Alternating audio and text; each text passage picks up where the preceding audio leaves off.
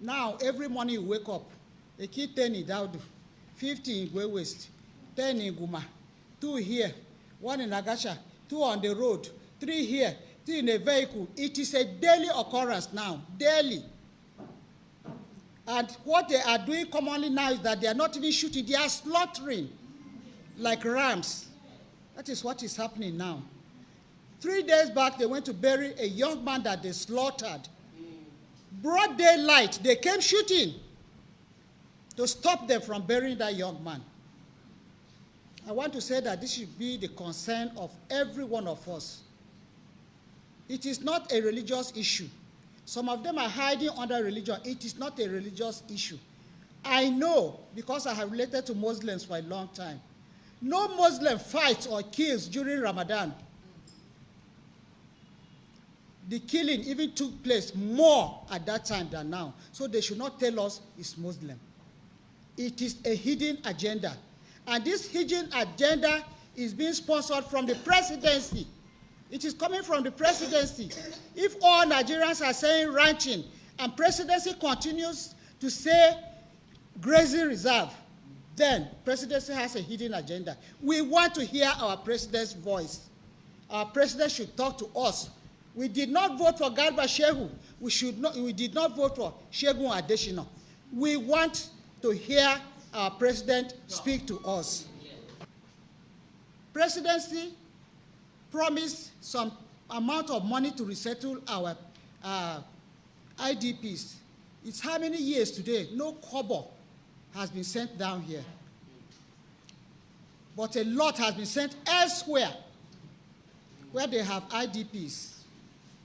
We also want to urge our sons and daughters who are still sitting on the fence to wake up and speak against the evil being perpetrated in our land. This matter is not only about Governor Samuel Otom. Benue sons, home and abroad, who think that they are not affected by the crisis, must know that we are all casualties, whether we are at home or not. They should raise their voices to condemn the injustice being visited on us. This is no time for politicking. What is happening here now is beyond politics. When the Fulanis come to kill, they don't ask you which political party you belong to. They should send their relief materials to those IDP camps and also solicit support on international donor organizations to come to the aid of our people. Everything is left into the hands of Benue State government, and we're having a problem. The governor is not a loner. We're asking our sons abroad and elsewhere, who are in Abuja, who are everywhere, that they should take interest in what is happening in Benue State. They have their families back home, they have villages. If you think it's not happening in your village, the whole thing is drawing nearer to every village now. So they should sit up, whether you're a businessman or you're whatever, and some of them are protecting their offices. They are protecting their personal interests. But if you protect your interests and all your people back home are killed, where will you call your home? You are having children there. Tomorrow, your children will want to know where they come from, and that place will not be in existence anymore. Finally, we wish to call on Nigerians who love justice, peace, and equity to rise and condemn what is happening to the innocent people of Benue State. The killer herdsmen are still here with us. They have resorted to guerrilla warfare. They now attack our people in their sleep and leave their familiar trademark of death. With very heavy hearts, to address you on issues bothering us as a people, Benue State and Nigeria as a nation. As mothers of this state and the nation, we owe our children the duty to voice our feelings when we see the things going wrong, and those who should speak have chosen the path of silence. We owe this country the duty to call its leaders to order and counsel them when it has become apparent that the leaders we elected are not doing what is right. We have no other country than Nigeria.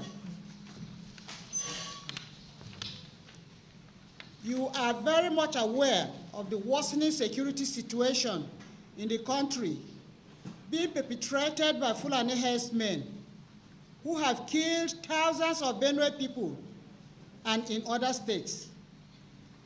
You are equally aware of the attitude of the federal government led by President Muhammadu Buhari, who is not bothered to see women and children being killed daily by Fulani Herdsmen. We are left with no other option than to conclude, as many others have already said, that the president is happy to watch his kinsmen turn Benue and other parts of the country into killing fields. A few days ago, we woke up to the news that President Buhari has vowed to create grazing routes and establish grazing reserves in the 36 states of the country next month, whether anyone likes it or not. His senior special assistant on media and publicity, Garba Shehu, who is not voted, is an appointee, was the one who announced the president's decision. We are wondering if this is the same democracy that we all fought and got in 1999, leading to emergence of Muhammadu Buhari as elected president in 2015. Has Mr. President forgotten that this country is now being run by the Constitution and not decrees? What about the Land Use Act, which vets all lands in the state governors? Has the act been repealed? From where is President Buhari deriving his authority that he feels he can impose draconian and dictatorial policies on Nigerians and expect us to applaud him? The other time, the Buhari presidency introduced cattle colonies. It took the courage of patriotic Nigerians like Benue State Governor Samuel Otom to rise and reject the conquest agenda. The president later dusted the program and renamed it as Ruga. But again, our eagle-eyed governor and other patriots saw through the veil and kicked against it. The president reluctantly canceled the Ruga program. Today, the entire country is speaking with one voice in opposition to open grazing of cattle, while embracing ranching, which Benue has been leading the campaign since 2016. All governors of the northern states and southern Nigeria have taken a unified stand to ban open grazing. Shockingly, President Buhari has come out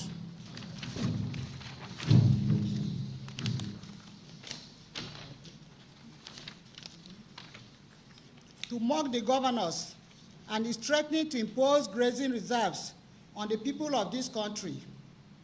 The words of the media advisor, Femi Adesina, last year, that people should choose between holding onto their lands and death are still fresh in our minds, that we should give out our land or we die. Adesina, mind you, is not a voted person, he's an appointee. This is unacceptable. Nigeria is not practicing nepotism. Ours is a country structured on the principles of federalism and democracy. We did not vote a tyrant as president. We believed that we voted a man with the right experience and discipline who would be for all of us and defend us, not just his ethnic group. What crime did we commit by going out in large numbers under the sun to vote for President Buhari?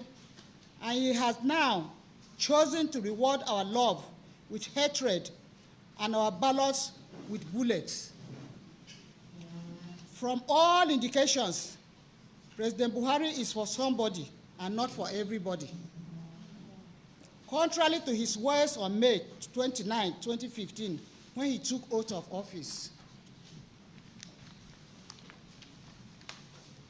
We want Mr. President to remember that our children and grandchildren also deserve a decent future, a future they will no longer be afraid to go to bed with the thought of being slaughtered by rampaging herders.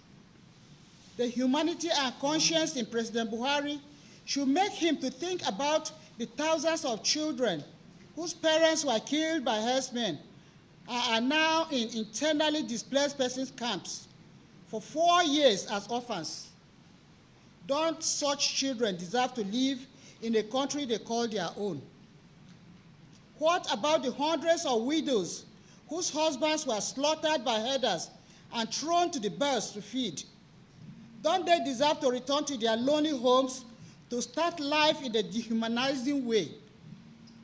At the last count, Benue had over 1 million displaced people. We concerned Benue mothers say no to grazing reserves and similar policies that seek to enslave our people and hand over lands to killer Fulani Herdsmen.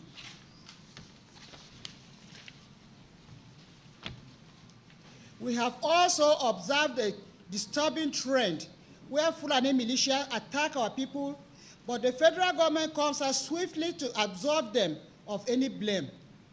A recent example was when Governor Oton was attacked on his farm by those who saw that he is standing in their way to conquering Benue and other parts of Nigeria. The terror group known as Fulani Nationality Movement, FUNAM, came out to claim responsibility of the attempt on the governor's life. Yet, the Nigerian police force exonerated the group. The police high command deployed an investigation team to Benue, which confirmed the identities of the culprits as Fulani herdsmen. The police made arrests, took the suspects to Abuja, only for the Inspector General to go to Aso Villa a few days after and declare that those who wanted to kill Governor Otom were not Fulani people. What a shame. This is condemnable. Is the Nigerian police now a Fulani police force and no longer for the protection of all Nigerians?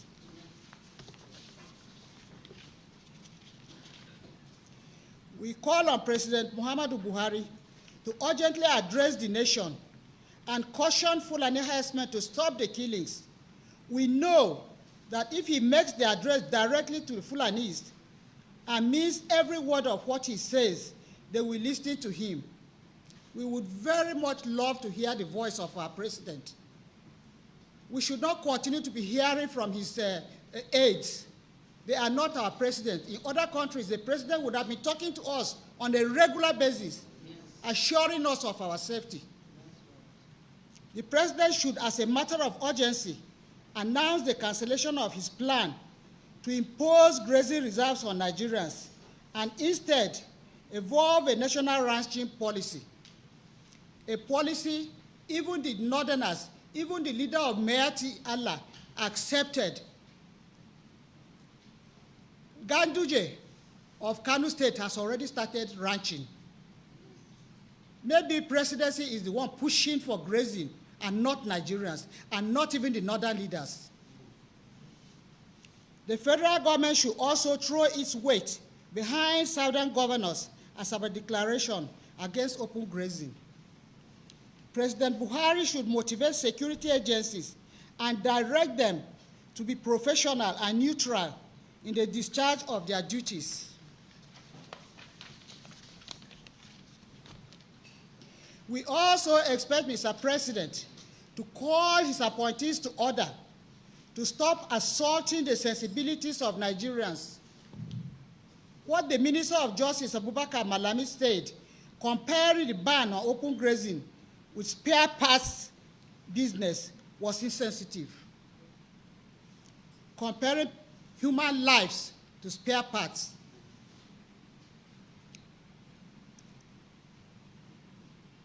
The other side of the president, called Garba Shehu, denigrates anyone who holds an opinion contrary to that of presidency. This is gross negation of the tenets of democracy. In democracies, where government is of the people and for the people, leaders of such countries listen to constructive criticisms in order to improve. We call on the international community and lovers of peace across the world to show interest in what is happening in Nigeria, particularly in the Middle Belt region, where killings of innocent people by herders have become a common sight. Benue, for instance, is the food basket of Nigeria, and for many years, farmers have been displaced from their ancestral lands.